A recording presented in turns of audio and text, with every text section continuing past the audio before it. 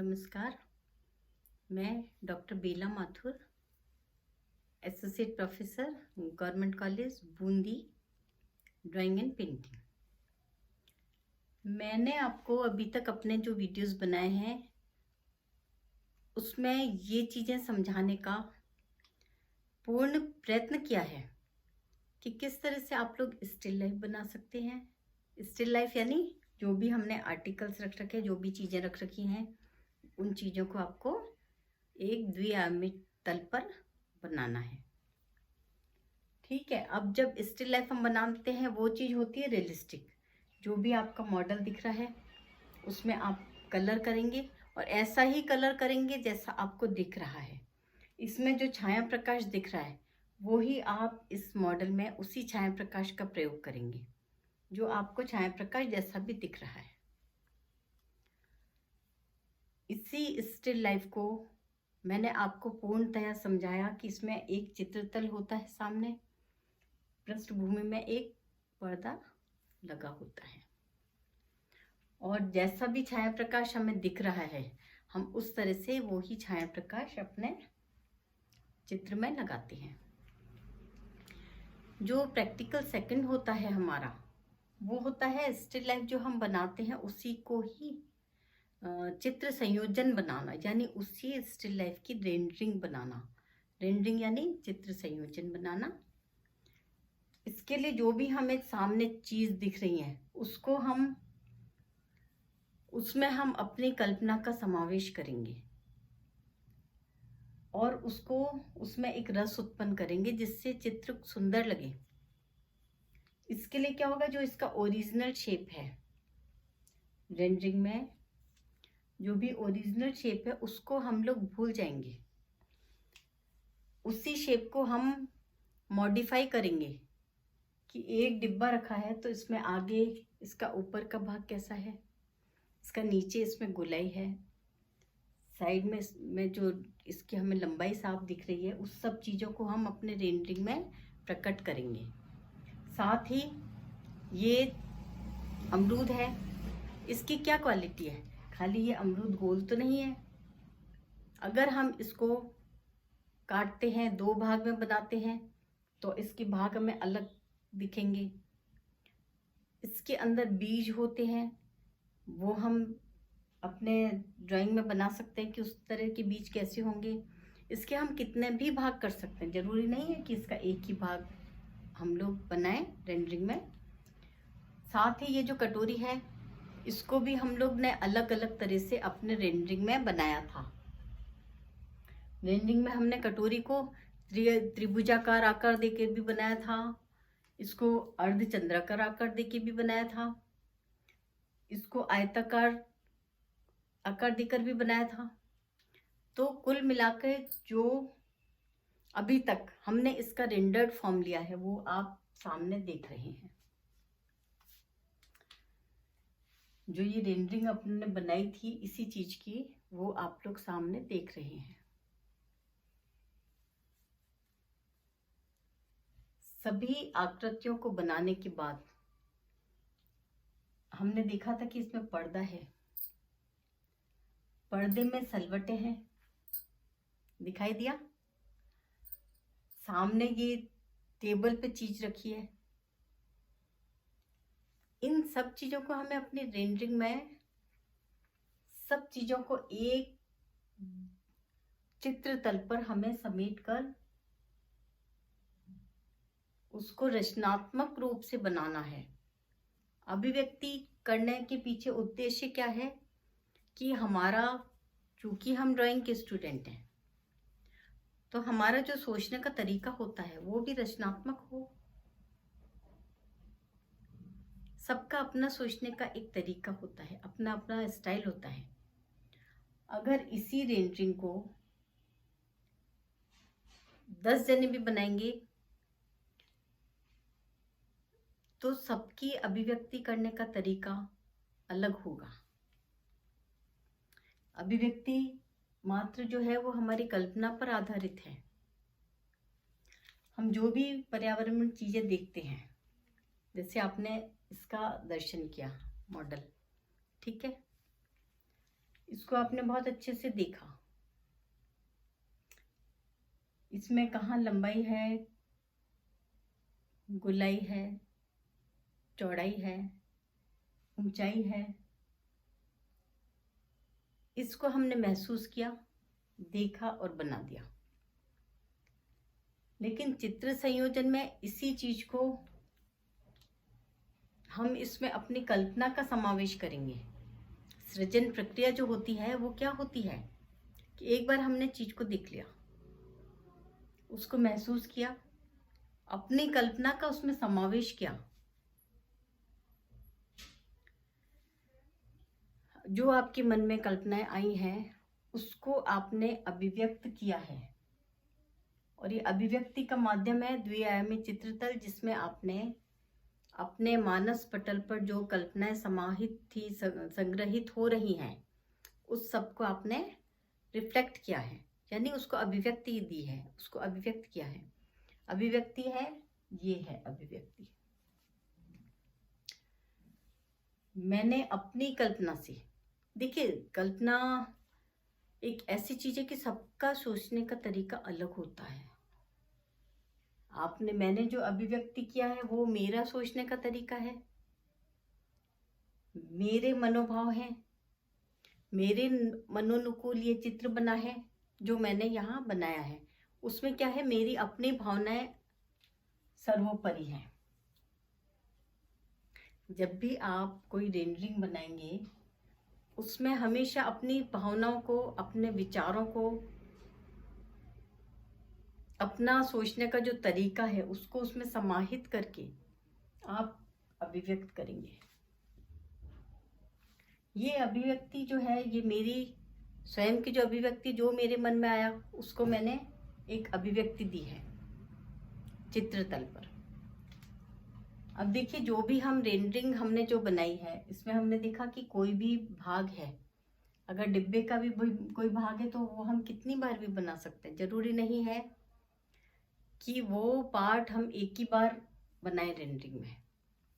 डिब्बे का भाग हम 2 बार, 3 बार, 4 बार, कहीं भी कोई सा भाग रिपीट कर सकते हैं। अमरूद का कितने भी भाग हो सकते हैं। इसको हम काटेंगे, तोड़ेंगे, चौकोर, तिकोना, कोई सा भी भाग हो सकता है इसका। इसके अंदर बीज होते हैं। इसके अलग अलग रूप के बारे में हमारे मन में बहुत सारे विचार आते हैं कि हम एक जो रेंडरिंग बना रहे हैं, एक जो रचनात्मक कार्य कर रहे हैं, उसमें जो हमारा सोचने का तरीका है, जो हमारी कल्पनाशीलता है, वो ही सर्वोपरि नजर आ रही है। अब आप देखिए, मैंने रेंडरिंग बनाई, इसमें मैंने अपनी कल्पनाओं का समावेश कर दिया है। आप भी इसी तरह से रेंडरिंग बनाइए। आप अपनी अभिव्यक्ति को यहाँ प्रकट कीजिए, क्योंकि ये जो है अभी आप फर्स्ट ईयर में हैं, तो धीरे धीरे ये चीज़ डेवलप होती चली जाएगी और आपका जो सोचने का तरीका है वो एक चित्रात्मक रूप लेता चला जाएगा कि कैसे हम सौंदर्य उत्पन्न कर सकते हैं अपने चित्रों में। क्योंकि हमारा जो सब्जेक्ट है वो है कि सौंदर्य की अनुभूति करवाना। इसके लिए स्वयं आपको अपने मन से, अपने विचारों से सुंदर और सुंदरतम सोचना होगा और उसको यहाँ अभिव्यक्त करना होगा। चित्रतल क्या है? ये आपकी अभिव्यक्ति का एक माध्यम है कि कैसे आप अपने मनोभावों को एक चित्रतल पर अभिव्यक्त कर रहे हैं। अब मैं आपको बताऊं कि जब भी ये हमने रेंडरिंग का एक स्केच किया है, अभी हमने इसमें कलर स्टार्ट नहीं किया है। कलर करने के लिए हम क्या करेंगे, इसको 2 या 3 कलर, ज़्यादा भी आप कलर्स ले सकते हैं, कैसे भी आप रंगों का इस्तेमाल कर सकते हैं। एक कलर के हम 3 टोन भी बना सकते हैं, 5 टोन भी बना सकते हैं। तो जो भी आप कलर यहाँ यूज़ करेंगे, आप चाहें तो प्योर कलर भी यूज़ कर सकते हैं, यानी बिना किसी तरह का सफ़ेद या काला रंग मिलाएं। जो कलर आप यूज़ करेंगे वो मुख्य रंगतें होती है, मुख्य कलर कहलाएगा। इसमें आप प्योर कलर्स यूज़ कर सकते हैं। आप अगर चाहें तो इसको सुंदरता देने के लिए आप मिश्रित कलर्स का भी प्रयोग कर सकते हैं। देखिए, मिश्रित कलर में है कि आप लाल रंग है, जैसे आप रेड कलर में वाइट मिलाएंगे गुलाबी रंग बन जाएगा, और उसमें वाइट मिलाएंगे हल्का टोन बन जाएगा, और उसमें वाइट मिलाएंगे और हल्का टोन बन जाएगा। यानी आप उसमें एक ही कलर में वाइट मिला के काफ़ी टोन्स उत्पन्न कर सकते हैं। और उसी कलर में अगर आप ब्लैक कलर मिलाएंगे तो आप देखिएगा वो कलर की जो छटा है वो धूमिलों के उस कलर का जो टोन है वो चेंज हो जाएगा। जैसे व्हाइट मिलाने से जैसे कलर्स का मान बढ़ जाता है, तो ब्लैक मिलाने से किसी भी रंग का मान कम हो जाता है। और ये जब आप बनाएंगे तो 2B पेंसिल से बनाएंगे, एकदम हल्की पेंसिल चलाएंगे। तत्पश्चात जब हमारा ये रेंडरिंग का पूरा हो जाता है, उसके बाद आप क्या करेंगे, इसी को ही बहुत हल्का करके फिर इसमें कलर करेंगे। कलर के लिए है कि दो कलर्स कभी भी पास पास नहीं आने चाहिए। जैसे यहाँ सपोज करिए हमने यहाँ रेड कलर लगाया, तो आसपास जो एरिया है उसमें रेड कलर नहीं आना चाहिए। यहाँ रेड कलर लगा दिया हमने, यहाँ रेड कलर हम दे सकते हैं, ठीक है। यहाँ हम रेड कलर का प्रयोग कर सकते हैं, लेकिन पास पास सेम कलर पास पास नहीं लगाएंगे, उससे वो हमें सब आपस में मिलता हुआ दिखाई देगा, ठीक है। साथ ही ग्रीन कलर है, यहाँ हम ग्रीन कलर का प्रयोग कर सकते हैं। यहाँ आप कोई और कलर लगा सकते हैं, येलो या कोई सा भी कलर लगा सकते हैं। लेकिन हम लोग जो रेड कलर लगा रहे हैं इसको हमें पूरे मॉडल में, पूरे रेंडरिंग में जगह जगह लगाना होगा।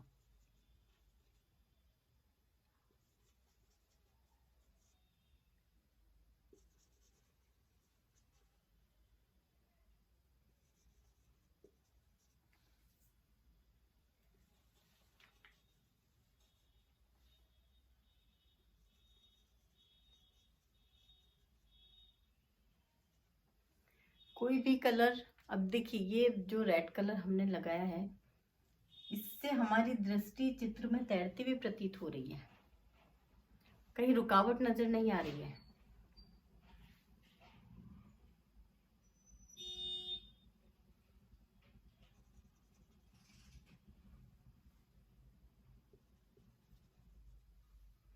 जबकि हम जो ये ग्रीन कलर लगाएंगे, आप देखिए यहाँ हमने ग्रीन कलर लगाया,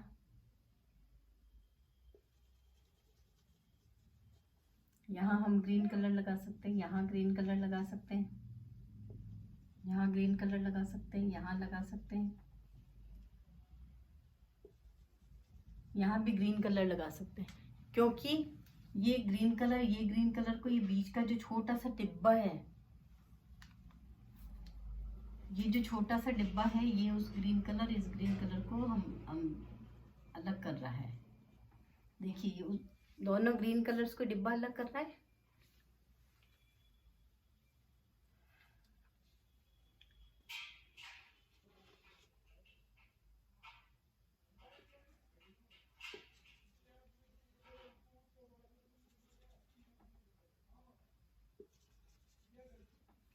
देखिए सब कलर्स, ग्रीन कलर जो लगा है उसमें भी हमारी दृष्टि चित्र में तैरती हुई प्रतीत हो रही है।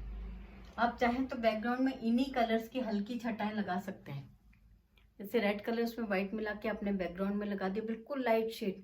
क्योंकि हमारा जो उद्देश्य है, हमारा उद्देश्य है कि जो ये जो हम चीज बना रहे हैं इसको हाईलाइट करना, इसको हमारा उद्देश्य है कि भाई मॉडल जो हम बनाए कैसे हाईलाइट्स हो। तो अपन इसको डार्क करके यहाँ लाइट भी कर सकते हैं, अगर बैकग्राउंड हम डार्क करते हैं तो यहाँ लाइट कर सकते हैं। इस तरह से कलर्स हम कर सकते हैं, लेकिन खास क्या है कि दो कलर कभी कभी इसमें बिल्कुल पास नहीं आने चाहिए और चित्र सुंदर लगना चाहिए, है ना। धन्यवाद।